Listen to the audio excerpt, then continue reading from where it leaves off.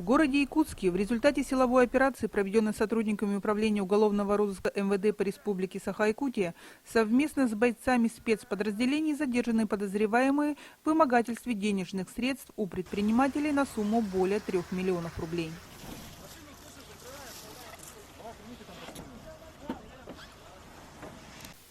Среди задержанных лиц основным фигурантом является 54-летний мужчина, ранее неоднократно судимый за совершение тяжких и особо тяжких преступлений, совершенных на территории Якутии.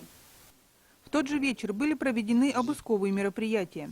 На месте были изъяты орудия преступления, а также документация, указывающая на причастность подозреваемых к совершению преступлений. Кроме того, по месту проживания одного из задержанных, 32-летнего уроженца Усть-Алданского района, было изъято нарезное оружие карабин ТОС калибра 5,6 мм со стертыми заводскими номерами, оборудованный оптическим прицелом, а также наркотическое вещество, упакованное в шприцы. Оружие, боеприпасы и наркотическое вещество направлены на исследование в экспертный криминалистический центр. По всем фактам вымогательств возбуждены уголовные дела по части 2 статьи 163 Уголовного кодекса Российской Федерации. В настоящее время подозреваемые водворены в ИВС. Последующее решение об избрании меры пресечения будет принято в судебном порядке.